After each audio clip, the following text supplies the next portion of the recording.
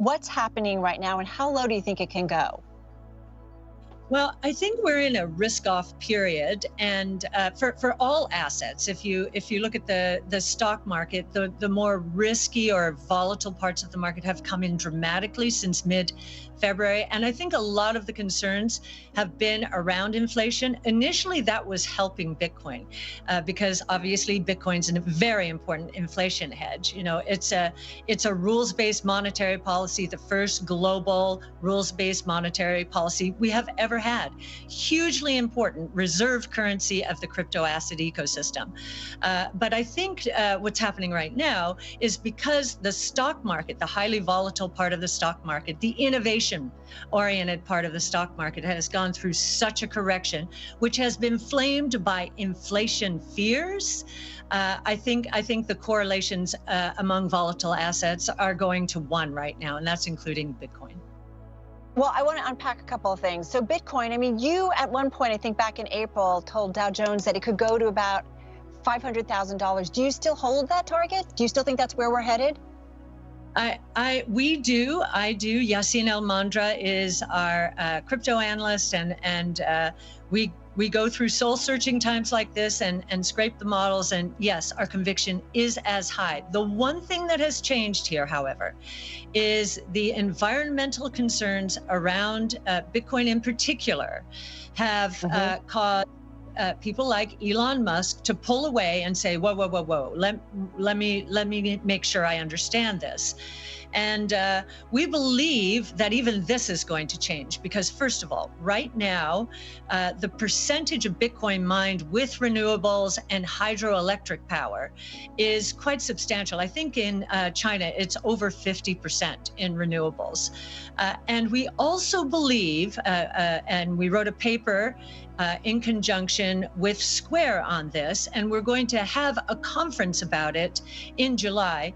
We believe that Bitcoin mining integrated into the distributed grid, and by that I mean solar roofs, power walls in homes, utilities, merchant power producers, starting to include Bitcoin mining in the ecosystem. Why would they do that? They would do it because renewables are intermittent power sources, right? Weather, is it sunny or not? Wind, is it windy or not? And Bitcoin mining could take off if there's excess energy from solar being loaded into power walls. It can be offloaded into Bitcoin mining, and the whole ecosystem, therefore, becomes much more economic. If this happens, we believe that the adoption of solar is going to accelerate dramatically because there's another profit center associated with it, Bitcoin mining. Well, what happens though in the meantime? So here we are at 35,000, Cathie. Do you think we go much lower from here? You never know how low is low when a market gets very emotional.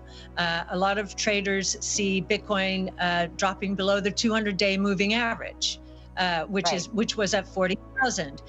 So traders, once that happened, they just dump. Some just dump and run. I think we're in a capitulation phase. Yassine has a dashboard. We were looking at all the indicators this morning. They are all suggesting that we are in the capitulation phase, which is a really great time to buy, no matter what the asset is. A capitulation phase is buy, it's on sale. Now, am I saying 35,000 is the low? You know, if traders, and there are a lot of speculators in Bitcoin, if they are running for the hills just because Bitcoin has broken through a moving average that is important to them, it could continue, but all of our indicators are saying this is capitulation right now. Do you have a low point on your model for Bitcoin? No, these metrics are more a measure. Are we in a truly capitulation phase? Okay. And it's very detailed. Yassine uses on-chain analysis, which this is the only asset where you can see exactly who's doing what, when, why, and how. And all of those metrics are saying this is a capitulation. This is as bad as it got during the coronavirus crisis. So what about systemic concerns? And I'm not talking about bringing down the financial system, but more and more of kind of the establishment are getting involved in Bitcoin. A lot more companies have Bitcoin on their balance sheet. Should we be concerned about their exposure? Tesla, for one, but others. Yes. Yes. Well, they're usually, in the case of Square and Tesla, they're between 5 and 8% of their cash is in Bitcoin. I don't so that's no cause for concern. I mean, think about it. We were worried that Tesla would run out of cash. Of course, ARK was not worried, but the world was worried 2 years ago that it would run out of cash. It has so much cash now that it has the luxury to put 5 to 8% in Bitcoin. So MicroStrategy is another company. It has almost all its cash in Bitcoin. That's perhaps something different, But as I said, if we are in the capitulation phase, we shouldn't be worried about MicroStrategy either. We do believe this is a new asset class and that institutions, they are looking at it right now because the correlations of relative returns and total returns compared to other asset classes tends to be very low over time. And so they have to look at it. Now, ESG might prevent a move in wholesale, but we do believe that once they understand how renewables are becoming incorporated into the Bitcoin mining ecosystem, and that Bitcoin mining might accelerate the adoption of solar, and I think Elon will come back and be a part of that ecosystem as well. And I know it's been hard for our clients in recent months, keep the faith, but many people's lives have been changed by what happened last year. They put they allocated resources towards our strategies, towards Bitcoin, and they had a magnificent run. So it's gratitude that we feel. Now, of course, we're feeling very responsible, of course, this year, but that's why it's so important for us to say, that what pains me more than anything as a portfolio manager is when I know our clients are selling at the bottom. And it usually is that people sell. The big capitulation that I described earlier with Bitcoin is selling at the bottom. So you make a terrible mistake and you don't want to ever get in again. And it just pains me. So I'm just praying that we don't have a lot of that. We've had a lot of retention. Just to correct one thing you said at the beginning, actually, as a firm, we've not had 1 month of redemptions.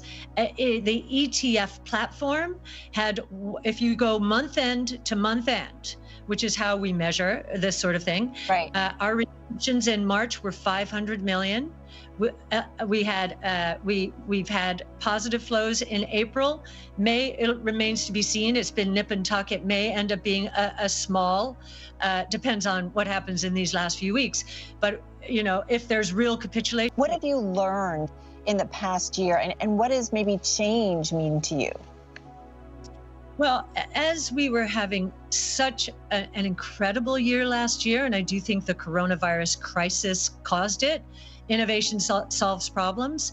I kept saying to everyone, everyone in the company, we must stay humble. We must stay humble, and we know this is going to come to an end. We're going to go through a severe correction, and we have to just keep our heads down, focused on our research to keep our conviction and drive our strategies forward. That's what's happened. Keeping our heads down, hopefully staying humble, and really trying to educate people, the great opportunities available out there, get on the right side of change. This is going to be the most amazing period of my investment career. And I've been through 40 plus years because we've never seen 5 innovation platforms evolve at the same time, all of them leading to exponential growth trajectories that are going to transform people's lives.